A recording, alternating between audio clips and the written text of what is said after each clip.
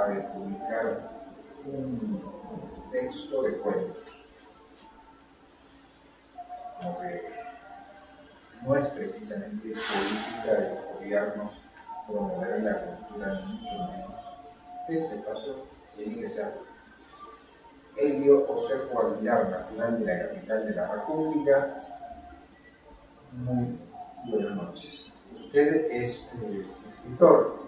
Sí, bueno, escribo desde muy joven, desde más o menos 12 años, y pues he usado siempre la literatura en este caso para poder expresar, ¿no? Para poder expresar tanto las inquietudes que uno tiene cuando va creciendo y también esos sueños, ¿no? Esas esperanzas que uno también se va creando cuando está llegando a la etapa adulta. ¿Es una experiencia personal? ¿Es su experiencia? No precisamente. Lo que sucede es que justamente una de las habilidades de un escritor es atrapar al lector y hacerle bastante difícil el que pueda distinguir la realidad de la ficción. Generalmente estamos acostumbrados a pensar que los cuentos son inventados, ¿no? Y pues tú creas todos los personajes, las situaciones, las locaciones, pero a veces sobre todo cuando uno habla en primera persona, que es lo que sucede por ejemplo en el libro, está leyendo un cuento en primera persona y entonces piensas que es el escritor que está contando algo que pasó. También se tiene esa idea de que los cuentos son generalmente para niños o para el colegio, pero en realidad pues mis cuentos divierten, ¿no? Te hacen pensar un poco y también, ¿no? Te hacen crearte una idea diferente de lo que es el sentido de la vida. Lo que sucede es que cuando uno escribe tiene como herramienta tanto la realidad como la ficción. Yo puedo de repente coger un suceso o un personaje de la realidad y adornarlo con algunos detalles ficticios, ¿no? De repente puedo hacer que un suceso que sucedió ahora, ¿no?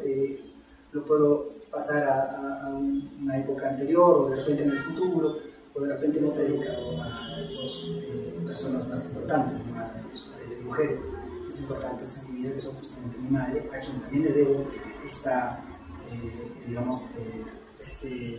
don de usar las palabras, ¿no? Para expresarme, y a mi hija. ¿Qué es la literatura en tiempo de tecnología? Pues la literatura es la base.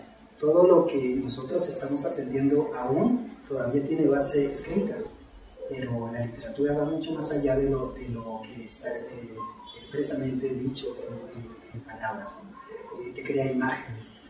¿El Osejo tiene posición ideológica? Trato de no tenerla, pero digamos que en cierto modo para mí la literatura, o en todo caso la poesía, porque es mi base, ¿no? Yo ante todo soy poeta, pienso que la poesía es una especie de ideología. ¿Ideología? Así es. ¿Vigente en estos tiempos? Porque no, casi todas las revoluciones empiezan siendo ideas. Sí, pues, ideas de cambio. ¿Es difícil en estos tiempos hacer poesía o es más fácil? Escribir es muy fácil. Sí, pues, tener que decir, saber cómo decirlo, tratar de volcar esos sentimientos o aquello que te embarga en algún momento para poder expresarlo a través de las palabras, es muy difícil. Porque entonces solamente habría pues, maquetas, ¿no? Tú podrías expresarte de la misma manera que yo. Lo único que logra la literatura es que tú te identifiques en algún momento con aquellos sentimientos o con aquellos sucesos, o con algún personaje. Sentimientos que ya han, de algún modo, en los jóvenes de estos tiempos han cambiado ciertos conceptos. Claro que sí. La sociedad nos está volviendo bastante insensibles y eso después va a crear un shock en ellos, porque para querer expresarse, para querer desfogarse, ¿cómo lo vamos a hacer? Pero la literatura te lleva también a una especie de catarsis, ¿no? Emocional, y hasta una especie de por decirlo de alguna manera, una especie de elevación espiritual. Elevación, quizás también demasiada elevación, porque ellos no entienden el significado de la palabra. Y es para ellos una palabra más, nada más. No tiene sentido, tiene significado, no tiene concepto. En todo caso, deben estar pasando por esa etapa, ¿no? Esa etapa en la que pues, ignoran muchas cosas y a veces hasta evitan, ¿no? algunos campos. Y en este caso la literatura como una de las artes, porque también está la pintura, la danza, el teatro, en algún momento les puede interesar por la forma en la que ellos podrían canalizar sus emociones. Pero de repente, en algún momento, no sé, a lo mejor la tecnología o la misma educación que tiene esas contradicciones, ¿no? Les corta o les reprime o los desvía de una manera de enriquecer, ¿no? su persona, su carácter. ¿Cómo enriquecer lo que sucede en su carácter, en su persona? Y usted dice, si en estos momentos, en la actualidad, uno de tener un acercamiento al libro es muy difícil encontrar a los adolescentes, sí. Peor a los niños, algo, a los de la universitaria. Sí, bueno, Borges decía que no se le puede obligar a una persona a leer porque nadie puede ser obligado a ser feliz, decía él. En cierto modo, pues él tomaba la literatura como también parte de su vida, que es lo que hago yo, y en algún momento, pues no todos, pero algunos jóvenes van a poder encontrar en la literatura toda una fuente, ¿no? de inspiración, de creatividad, de esparcimiento. La literatura no es una panacea tampoco, ¿no? Las artes en algún momento sirven para, de alguna manera, explorarse o inspirarse o encontrar. Hay códigos que están variando, pues. Esos códigos ya no es. Sí. No son estos, precisamente. Este es un libro casi anacrónico, ¿no? Porque ahí no encuentran ninguna información del lenguaje. Es un lenguaje bastante puro, bastante del siglo XVIII, por decirlo así. Sí, bastante, pero también. Bastante profe. Sí, pero también bastante poético, ¿no? Son cuentos poéticos. Y eso, ¿no? De repente, a lo mejor en el futuro, pues mi trabajo, mi literatura, ya se comience a ver, ¿no? Invadida por estos cambios que ya se están marcando, ¿no? Aunque todavía no, digamos que en eso todavía es bastante conservador. Pero el acercamiento a los libros, a la literatura, por parte de los jóvenes, es parte solamente de venir. En algún momento puede alguno de ellos encontrarse con la literatura o incluso utilizarla para expresarse. No son todos, pero esa única persona que se acerca a la literatura y que de repente cambia o se enriquece, esa única persona ya nos hace sentir a nosotros orgullosos de haber elegido este camino. ¿Es difícil elegir ese camino? Es bastante difícil. A veces la familia se te opone, a veces el trabajo se te opone, a veces incluso la misma sociedad ya te ve, ¿no? De manera extraña. Sí. El gen de la literatura. El gen de la literatura. Sí. Lo que sucede es que el libro debió llamarse El gen de la literatura, desde mi visión personal. Sí, pues eso debió llamarse El gen de la literatura. Pero si le poníamos al libro El gen de la literatura, mucho menos gente la podría comprar, porque encontrarían un poco de anticuerpos, ¿no? Para tratar de desentrañar. ¿Acaso no se trata de eso? En cierto modo sí, pero decidí ponerle Extraños en el Paraíso porque me pareció más poético, ¿no? Un poco más romántico que el gen de la literatura. Más clásico, claro. Aunque contemporáneo. Sí, aunque el gen de la literatura tiene una connotación, si tú lo has leído, pues te lleva por todas las corrientes que han intentado explicar cómo nace el arte, ¿no? ¿Qué nos mueve a expresarnos a través del arte y cómo el ser humano puede crear ¿no? Una obra de arte. Por culpa de un gen, en este caso es culpa de la genética, ¿no? Sí, revisamos estos cuentos que sí son, que suelen decir ciertos aportes de corrientes. Algunos fue yo, sí. Yo es el primero, de un anhelo, de un objetivo. Sí, en realidad es la mitad de un sueño cumplido. Yo llevaba ya casi 8 años en esta ciudad, en Huancayo, conociendo mucha gente y bueno, entrevistándome también con mucha gente por esa ideología artística, ¿no? De la que hablábamos. Pero sí, hace 8 años que no publicaba nada. Y hay mujeres que no ni siquiera. Sí, también dice eso en el libro. Y bueno, hace 8 años no publicaba algo de manera formal, aunque claro, anteriormente tampoco publiqué de manera formal, pero esta vez sí. Este libro apunta a ser pues todo un producto vanguardista. Un libro de cuentos. Una colección de cuentos. Una colección de cuentos poéticos, así es, con los que ya van a conocer pues, ¿no?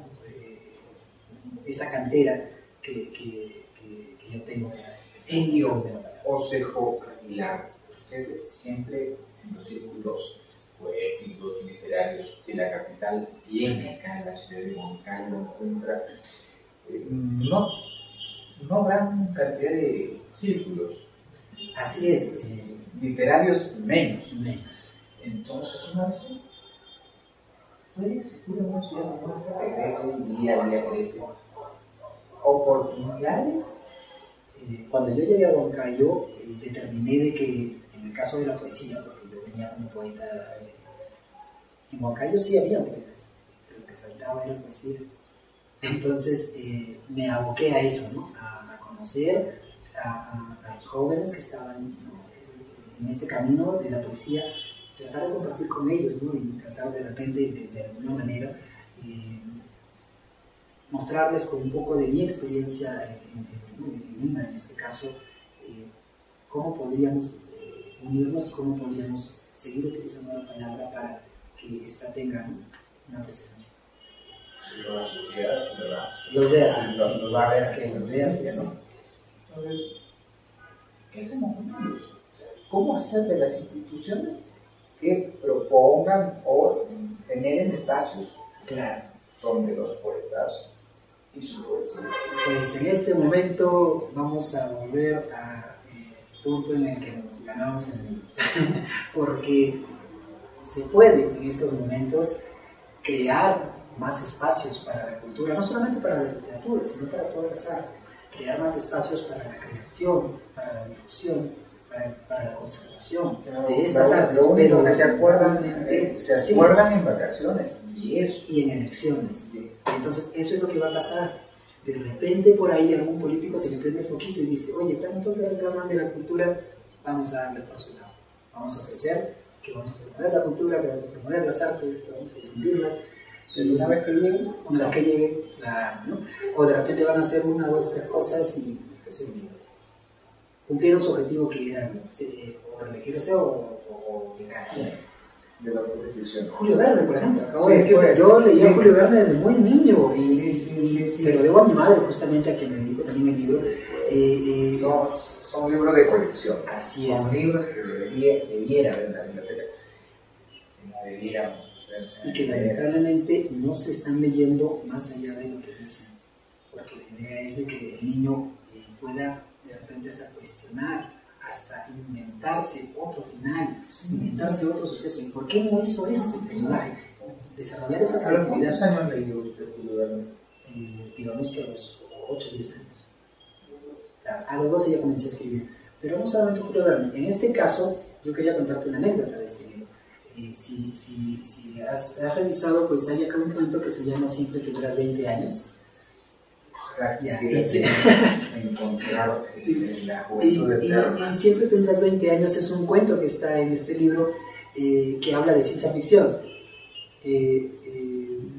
Como a mí me encanta la ciencia ficción, tanto también como un material para poder de repente cambiar la sociedad, en este cuento yo planteo la construcción de una inteligencia artificial basada en energía lumínica, o sea, ¿no? en la luz del sol, en las partículas lumínicas. Y mira que este cuento tiene casi los 8 años que yo llevo en Huancayo. Sin embargo, recién el año pasado se logró hacer ese experimento. En las redes sociales se divulgó que recién se había podido empaquetar información dentro de una partícula de luz, ¿no? Y eso ha sido, yo me sentí muy orgulloso de lo que había logrado antes, ¿no? La ciencia ficción se anticipa un poco a las cosas. Y en este cuento yo creo una inteligencia artificial que ya funcionaba con partículas de luz. Y la ciencia ficción se refleja también. ¿También la sociedad? Sí, pues. Sí, eso es lo que digo en algún momento en el libro, ¿no? Va a llegar un momento, dice un cuento, en el que ya todas las casas van a ser de 10 pisos para arriba, e incluso los autos ya van a empezar a volar, pero el alma humana, así como vamos, no va a tener ningún cambio. El alma humana se está estancando, tú lo has dicho, ¿no?